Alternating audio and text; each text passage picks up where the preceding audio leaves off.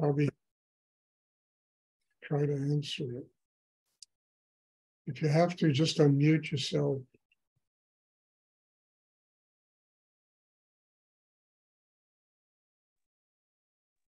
Does anyone have a question?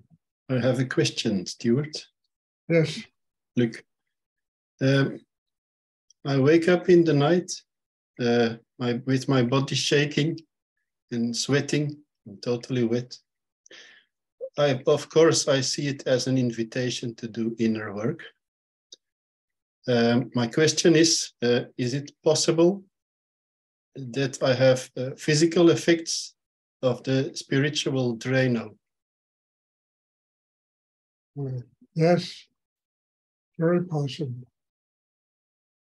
You know, what you described is not necessarily a negative thing. It's, once again, the body just releasing repressed tension inside, things that are tight inside you that have to be released. And often, I mean, you know, there was a period, I remember early on in my studies with Rudy, I mean, I had a lot of repressed anger, tension. And I remember every day for almost literally a week after the meditation class, I would just go throw up. And at first it concerned me. And then I began to realize, no, Stuart, you are physically releasing poison that has been just locked up inside you most of your life. Sometimes shaking like that is the same thing. Often people in the meditation class will shake, you know, and it's really the chakras expanding, stretching themselves, opening inside that is creating, and the shaking is often just resistance to that opening. Mm-hmm. I mean, I can't emphasize it enough. The whole work of spiritual practice, the attainment of inner peace, the attainment with a connection to God, you know, is a work, you know, that has to do with getting free of oneself. And getting free of oneself is a very, very, very deep and important situation, and often brings physical reactions, headaches, this, that, the other, you know, you get pains in your chest. Well, it's not really a heartache, it's just the heart chakra trying to open. And the resistance to the opening creates the pain. I remember once years ago, I had a student who, that evening we had a meditation class, and she had an amazing class. I mean, she was radiant when the class was over. And I remember the next day, I get a phone call, and she tells me she's in the hospital. So I said, what's wrong? Oh, the doctors don't know. So I went to her hospital room, and she's sitting on the bed, radiantly glowing. She looked more beautiful than I'd ever seen her look in her life. And I said, well, what is your problem? He said, well, last night I was shaking. I had pain at the base of my spine. My head hurt. She said, I said, you're suffering from Kundalini-itis. And when she was sitting there, it had passed, Kundalini-itis, and she was radiantly glowing. And I had never seen her look that good. So, I don't really know how to explain this in any way that it makes any sense, other than whatever experiences we go through, if we use them to build our inner life, they do nothing but help us to grow as human beings and also people trying to connect with God or higher energy in the universe to attain a state of enlightenment. And too many people have preconceived notions about the way this is supposed to happen. I gave that up 50 years ago. I had no idea. I still, today, I have no idea how. But whatever takes place is there to teach us how to grow, how to truly, And it's like that woman. I mean, literally, she described to me what happened to you with shaking. And she also had pain at the base of her spine and energy going up the spine, and the head felt like it was going to blow up. I mean, she went through this whole explanation. And I told her, you're suffering from kundaliniitis. I told her, just pack your bags and go home. There's nothing wrong with you. You look more beautiful than I've ever seen you look. So she packed her bags and went home. You know?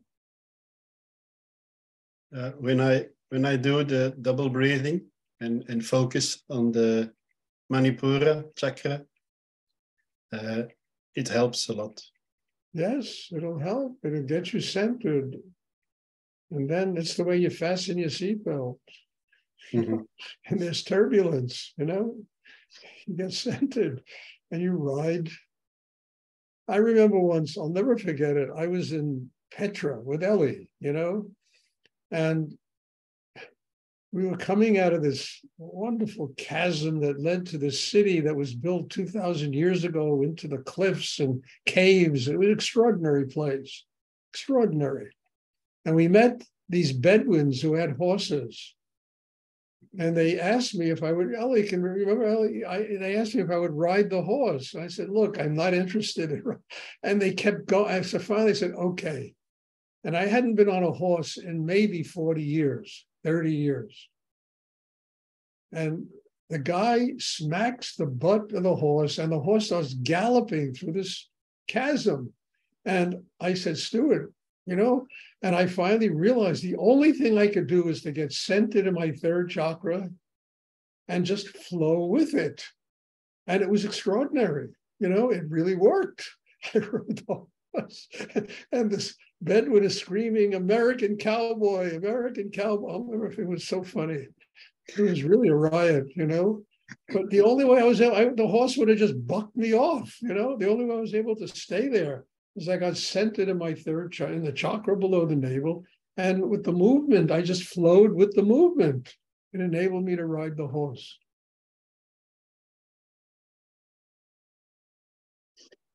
Now, I'm just using this as a metaphor of how in life we can use that when the going gets a little bit beyond our abilities, like riding a horse that's galloping through a chasm in Petra. I mean, it was incredible.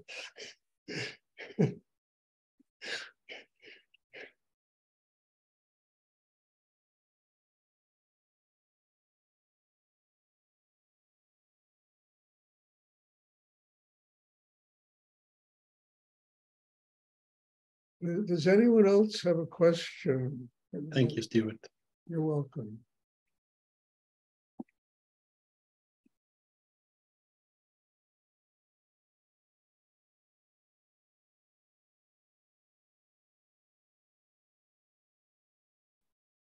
Word. Yes.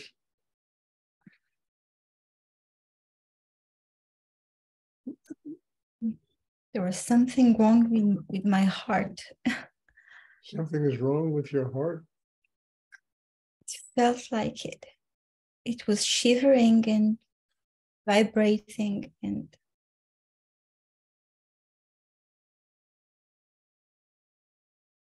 What is the question, Hilly? what was it?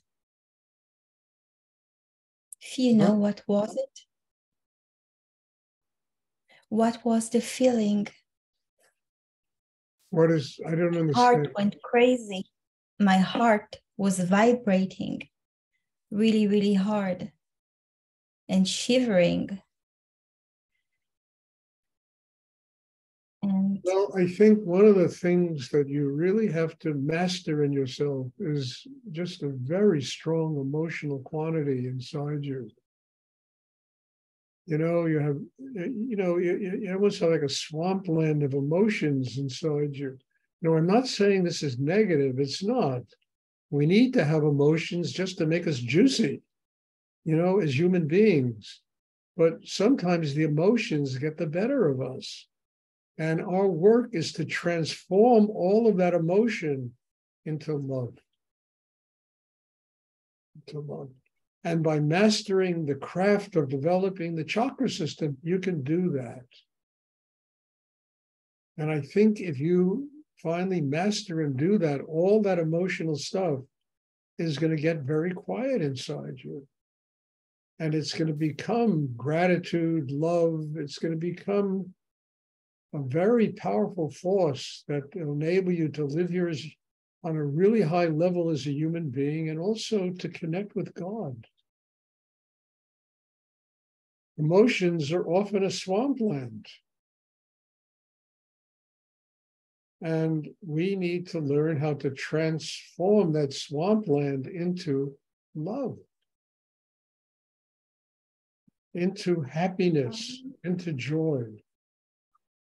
It was completely physical. It was like it was a physical reaction to your emotional state. Yes, I can see it.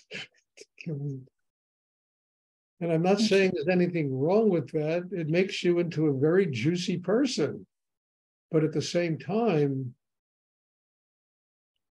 the release of all that emotion, it can truly drain your energy out of you.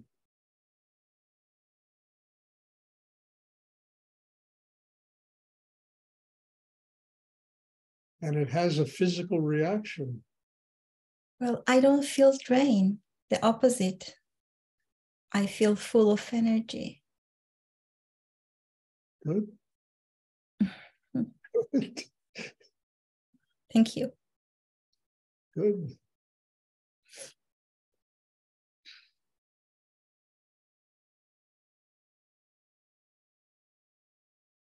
It's the purpose of these classes, to fill one with energy.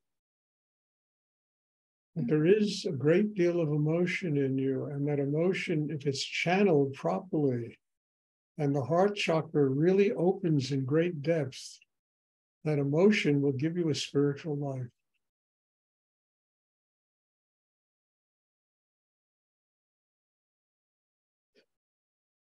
Thank you. You're welcome. Does anyone else have a question?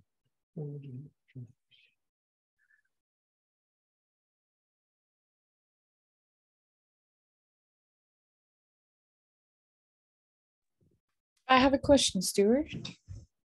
Yes. As you said in the beginning of the class, meditation is not all sugary and relaxing. And I mentioned I've been feeling tired earlier, but I also feel like both good sensations and this impatience. So would you consider all types of physical and psychic experience as a way to work? And how do we know, like, when we're Laura, what is the question? Hello? I can't see you. Your camera isn't working. Hello? Are you there?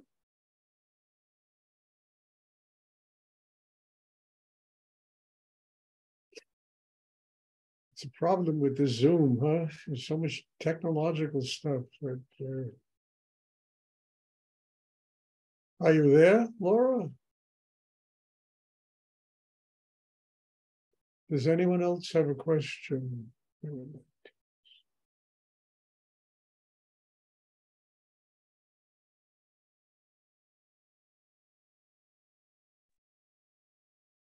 Stuart, would you mind talking about the exercise you've proposed when going to sleep of breathing into the top of the head and asking to be worked on? Yeah, that's a good exercise to do just before you fall asleep. You take a little breath through your nostrils, and instead of bringing it into the chakra below the navel, just draw it up to the crown chakra. That'll open the crown chakra and allow yourself, first of all, to allow the Om sound to come into your system. and nurture each and every one of the chakras. You know, and it'll also open you to higher energy, the astral plane, cosmic energy. You know, good thing is to keep your attention below the navel while you do that. This is a really strong exercise. So if you keep your attention, your mind focused below the navel while you take that breath, you know, and I don't suggest doing it more than once. You know, you can do it maybe once before you go to sleep, but don't practice this all the time. It's very strong. It'll open to, you know, you could also visualize while you do this yourself sitting in kind of half lotus or lotus position right at the top of your head. And it's like your astral body there. And there's a whole chakra system you can move through that'll take you right into the cosmos in that astral body. Now, this is a very powerful exercise. And again, don't sit and try to do this throughout the entire meditation class, which it's too strong. But before you go to sleep, it could really open up a very profound connection with higher energy in the universe. Excellent. Thank you. You're welcome.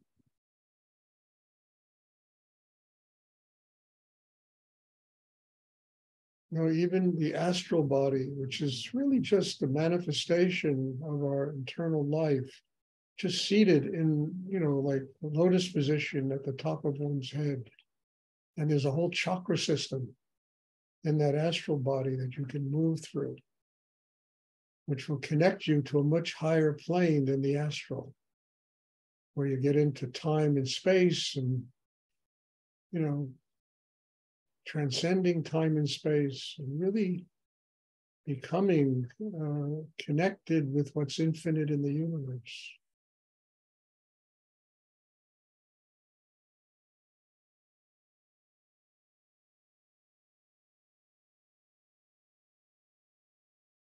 Does anyone else have a question?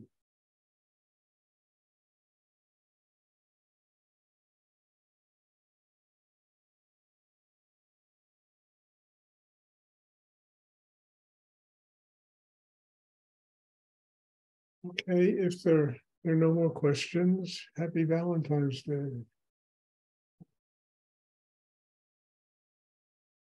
Love your partners, love yourself, love life, dogs and cats, anything that's in your life. God is love, you know, it's very true. Everything is a manifestation of higher energy. Everything is full of love. We have to be able to be strong enough to embrace it. That's all. So God bless you all. Thank you. There'll be a meditation on Thursday, and I'm looking forward to seeing you. Thank you, Stuart. Thank you. Thank you. Thank you.